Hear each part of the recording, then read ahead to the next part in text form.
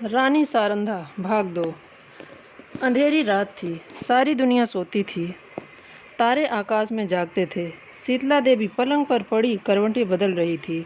उसकी ननद सारंधा फर्श पर बैठी हुई मधुर स्वर से गाती थी, बिनु रघुबीर कटत नहीं रहना। शीतला ने कहा, जी ना जलाओ, क्या तुम्हें भी नींद नहीं आती? सारंधा, तुम्हें लोरी सुना रही हूँ। शीतला, मेरी आंखों से तो नींद लोप हो गई है। सारंधा, किसी को ढूंढने गई होगी। इतनी देर में द्वार खुला और एक गठे हुए बदन के रूपवान पुरुष ने भीतर प्रवेश किया। वह अनिरुद्ध था। उसके कपड़े भीगे हुए थे और बदन पर कोई हथियार न था।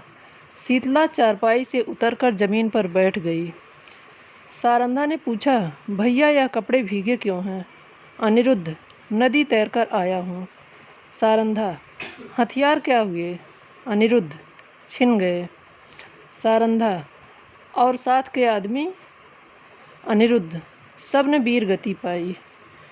शीतला ने दबी जबान से कहा, ईश्वर ने ही कुशल किया। मगर सारंधा के तीवरों पर बल पड़ गए। मुखमंडल गर्व से सतेज हो गया। बोली, भैया तुमने कुल की मर्यादा खो दी। ऐसा कभी न हुआ था।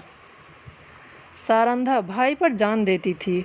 उसके मुंह से यह धिक्कार सुनकर अनिरुद्ध लज्जा और खेद से विकल हो गया। वह वीराग्नि जिसे क्षण भर के लिए अनुराग ने दबा लिया था, फिर ज्वलंत हो गई। वह उल्टे पांव लौटा और यह कहकर बाहर चला गया कि सारंधा, तुमने मुझे सदैव के लिए सचेत कर दिया। यह बात मुझे कभी ना भूलेगी। अंधेरी रात थी। आकाश मंडल में तारों का प्रकाश बहुत धुंधला था।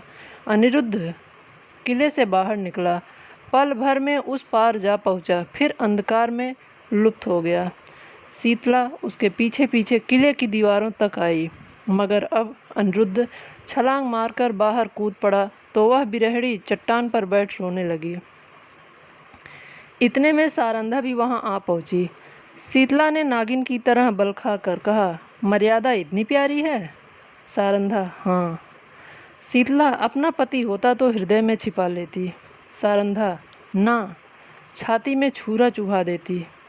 शीतला ने ऐंठ कर कहा, चोली में छिपाती फिरोगी। मेरी बात गिरह में बांध लो। सारंधा, जिस दिन ऐसा होगा मैं अपना वचन पूरा करके दिखाऊंगी।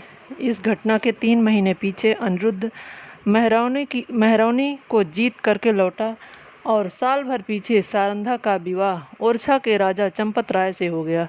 मगर उस दिन की बातें दोनों महिलाओं के हृदय स्थल में कांटे की तरह खटकती रहीं। शेष अगले भाग में। धन्यवाद।